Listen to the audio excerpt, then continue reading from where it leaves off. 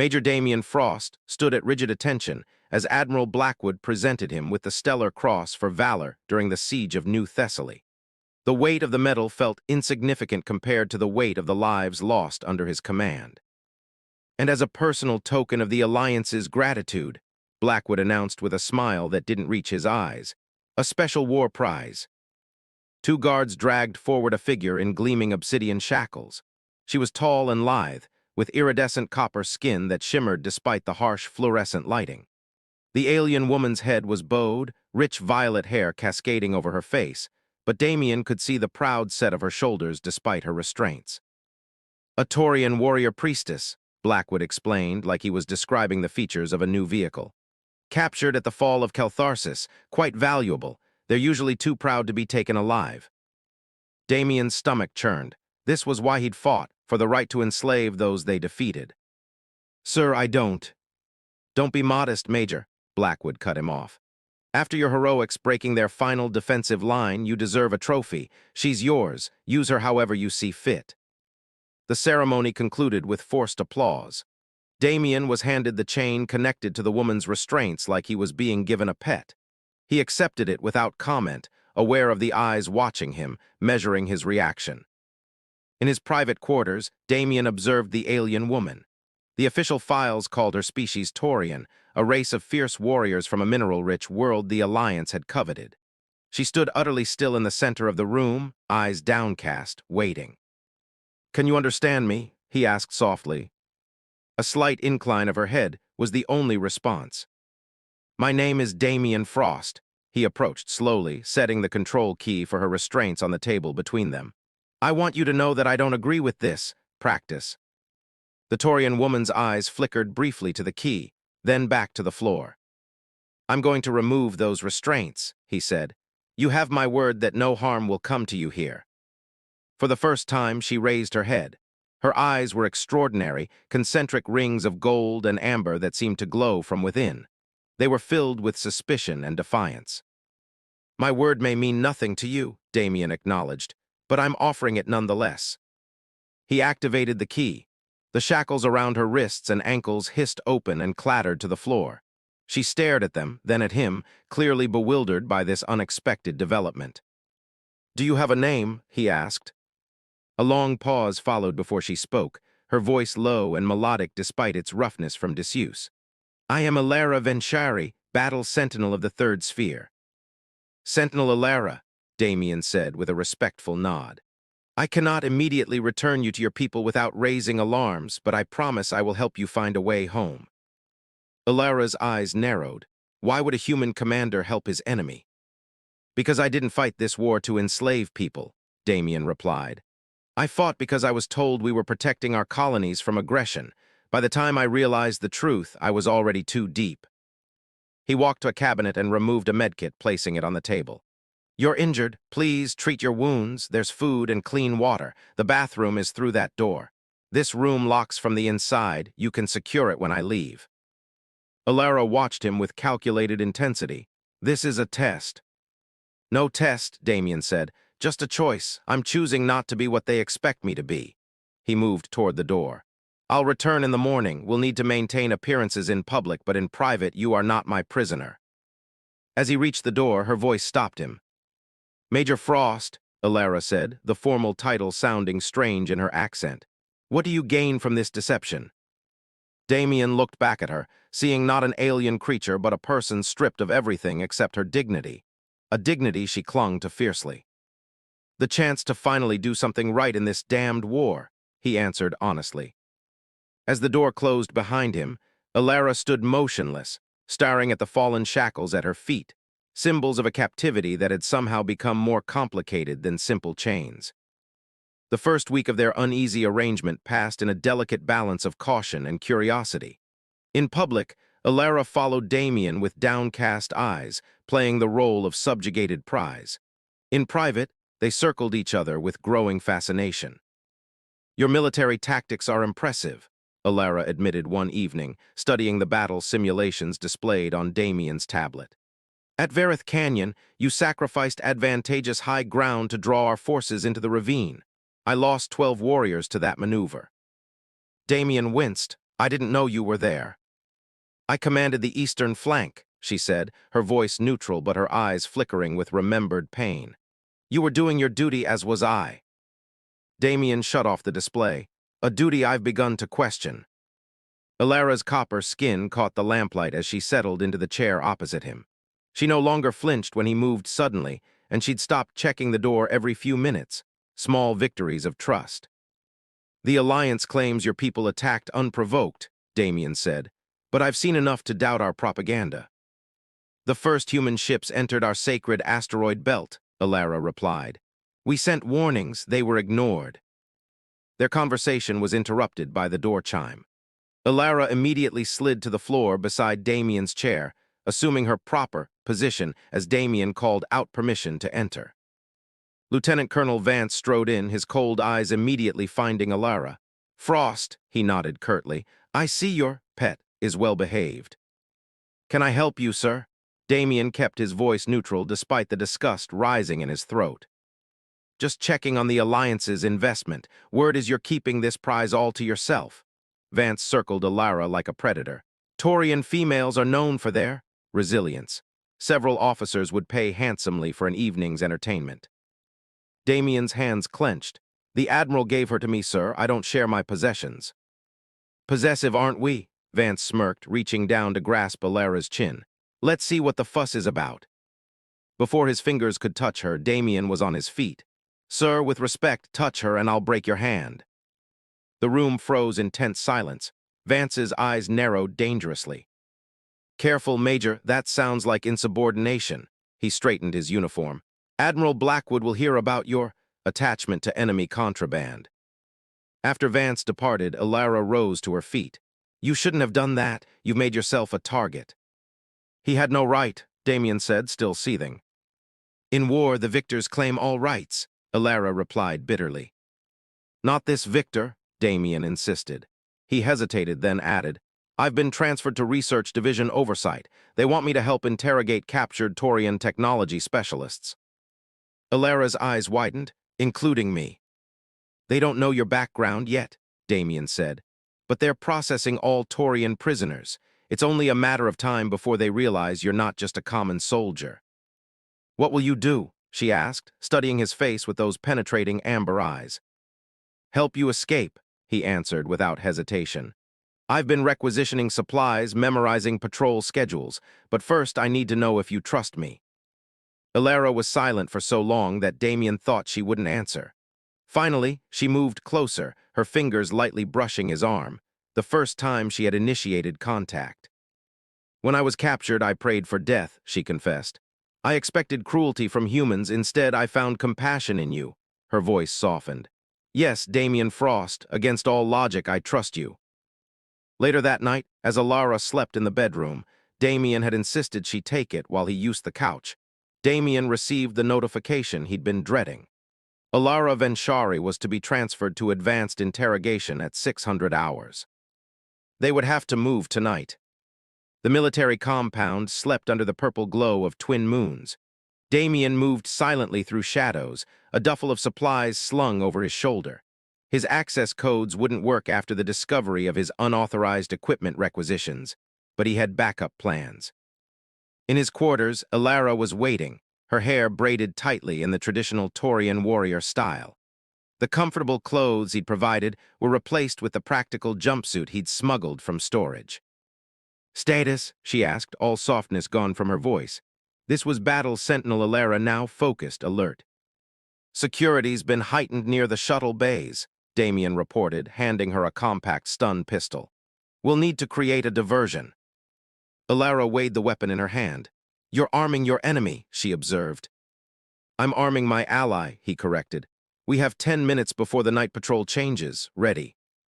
Her answer was a quick nod as she tucked the weapon into her belt.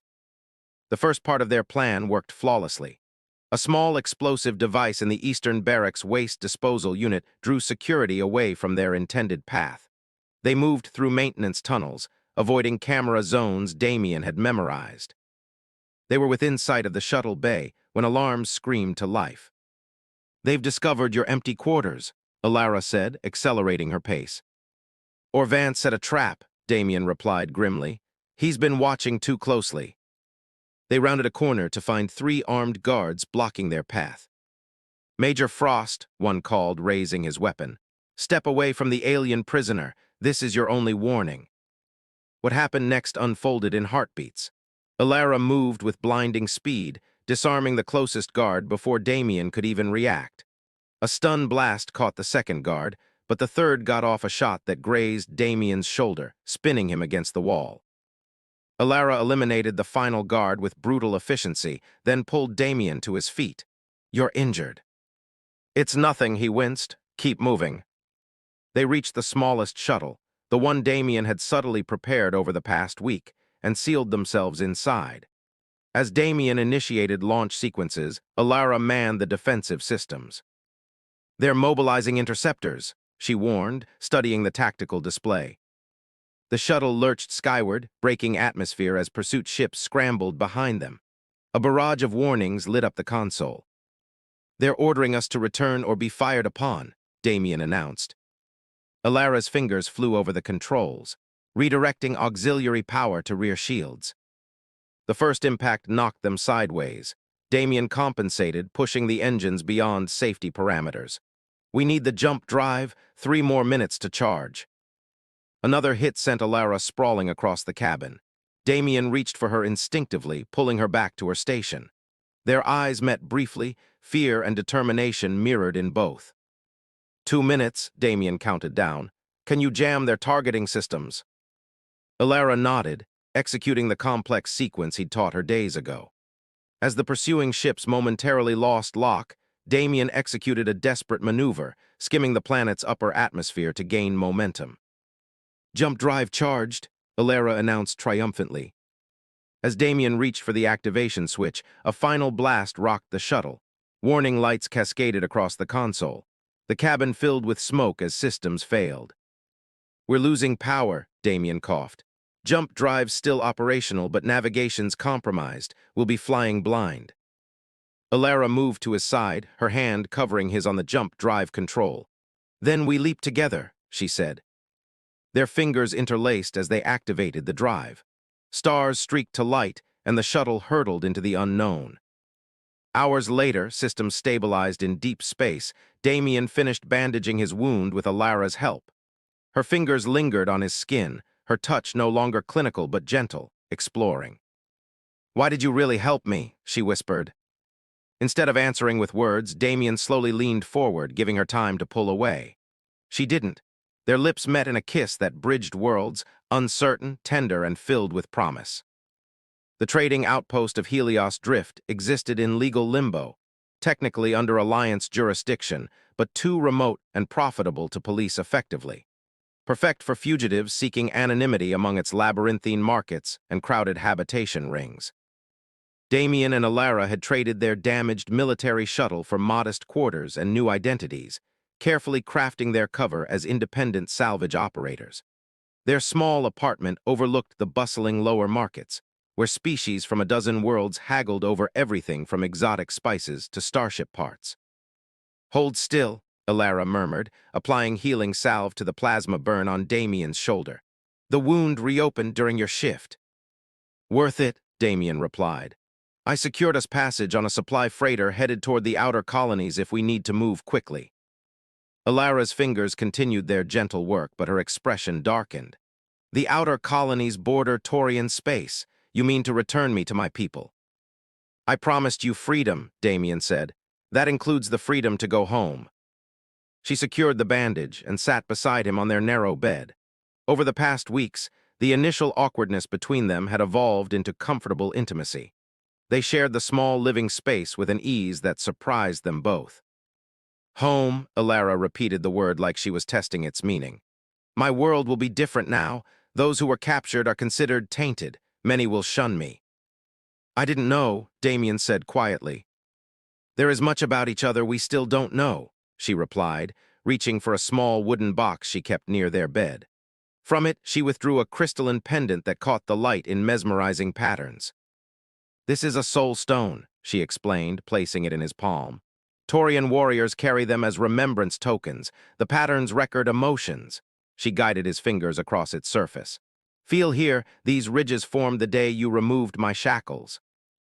Damien traced the delicate patterns with wonder. You're sharing your memories with me. Among my people, this is only done between those who are, she hesitated, searching for the human word, bonded. The implication hung between them as Damien carefully returned the stone to her hands. I would like to learn more about your customs, he said softly. All of them. That night, they explored each other with the same curiosity with which they'd explored their different worlds.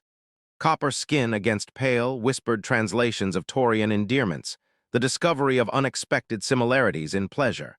They moved together as equals, each giving and taking in perfect balance until they lay breathless, boundaries of species forgotten. Morning found them planning their future over spiced tea, discussing options beyond mere survival.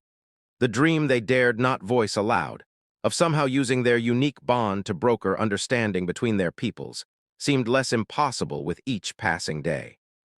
Their newfound serenity shattered when Alara returned from the market, her face tight with controlled panic. Bounty hunters, she announced without preamble. Alliance contracted, they have our descriptions. Damien immediately began gathering their essential belongings. How many? A team of 5, professional grade, Alara replied, securing her soul stone around her neck. They're methodically searching the residential sectors. As they prepared for immediate evacuation, Alara suddenly stilled. Damien recognized the look she was making a decision that pained her. You should go alone, she said finally. They want me more than you. With appropriate contrition, you could claim I manipulated you, perhaps return to your life. Damien silenced her with a kiss. My life is with you now, he said against her lips, wherever that takes us. A crash from the corridor ended their moment of connection. The hunters had found them sooner than expected. Rear exit, Damien whispered, drawing his weapon. As they slipped away through maintenance shafts, Alara's mind raced with impossible choices. Return to her people and face their judgment, or remain with this human who had become her heart's sanctuary. The answer, she realized, had been formed in the patterns of her soul stone days ago. 3 days into their renewed flight, disaster struck. Their transport, a crowded passenger barge bound for the mining colonies, was boarded by Alliance military police. Damien and Alara had separated as a precaution, a decision Alara now watched backfire as Damien was recognized, stunned, and dragged away in restraints while she remained hidden in the cargo hold. Freedom lay before her. The barge would dock at Tyros Station in hours, a waypoint where she could easily find transport to Taurian territory. She could return to her people, perhaps even regain some honor through intelligence about Alliance operations. Yet all she could see was Damien being led away, head high despite his captivity. For her freedom, he would face court-martial, imprisonment, possibly execution for treason. The announcement that the diplomatic summit between Alliance leaders and Taurian representatives was being held on Tyros Station seemed like cosmic irony. Peace talks commenced even as the Alliance silenced those who exemplified what real peace required: understanding, sacrifice, respect. Alara spent her last credits on appropriate attire and forged credentials. If she couldn't break Damien out by force, she would use the strategy he had taught her, operating within the system to subvert it. The detention level of the station was predictably secured, but Alara had been trained to infiltrate human installations long before she'd been captured. Using maintenance access codes she'd memorized during their escape, she navigated to Damien's cell. He looked up in shock when the door slid open. Alara, you should be halfway to Taurian space by now. Silence, human, she said loudly for the benefit of surveillance, motioning him to follow as she displayed official-looking transfer orders on her datapad. In the corridor, she whispered, there's a diplomatic summit happening, if we can reach the Taurian delegation. It's too dangerous, he interrupted. My commanding officers will be there. Exactly, she replied with fierce determination. Understanding dawned in his eyes. This wasn't just an escape, it was a statement. They moved through the station with practiced coordination, Alara leading her prisoner with convincing authority. When they reached the Grand Assembly Hall, security was focused on the dignitaries, not on a minor officer transfer happening in the periphery. Inside, delegates from both species were engaged in tense negotiation. Admiral Blackwood himself represented the Alliance military interests, while a stern Taurian elder presided over their delegation. "That's Warsage Thornvex," Alara whispered, "my father's battle brother." Before Damien could respond, they were noticed. A security officer pointed, and shouts of "intruder" and "fugitives" disrupted the proceedings. As guards moved to apprehend them, Alara stepped forward, raising her voice in formal Taurian declaration. "I am Alara Venshari, battle sentinel of the Third Sphere, daughter of Commander Krelshari who fell at New Thessaly." Her words echoed through the suddenly silent chamber. "I come with truth that both sides must hear." The Taurian delegation murmured in recognition of her lineage. Warsage Thornvax raised his hand, halting the Alliance guards with the authority of diplomatic protection. "Speak, child of Krell," the elder commanded. With Damien at her side, Alara told their story, not just of escape and pursuit, but of understanding gained through compassion, of honor found in an enemy, of love transcending the artificial boundaries of species and allegiance. "This human risked everything," she concluded, "not for advantage, not for glory, but because he recognized what our leaders have forgotten, that beneath our different skins we share the same core values: dignity, courage, loyalty, love." Admiral Blackwood scoffed. "A soldier infatuated with enemy property hardly constitutes diplomacy." "Property?" Damien stepped forward despite the weapons trained on him. "That thinking is why this war began. The Taurians weren't defending territory. They were defending their dignity against an alliance that sees other beings as resources to be claimed."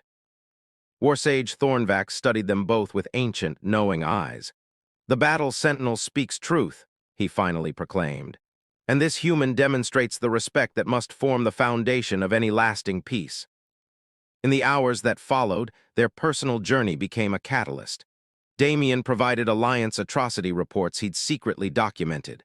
Alara offered Taurian cultural context that had been misunderstood as aggression.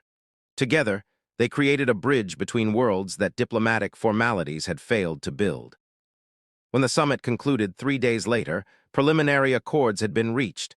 Damien's charges were commuted in exchange for his service as a cultural liaison.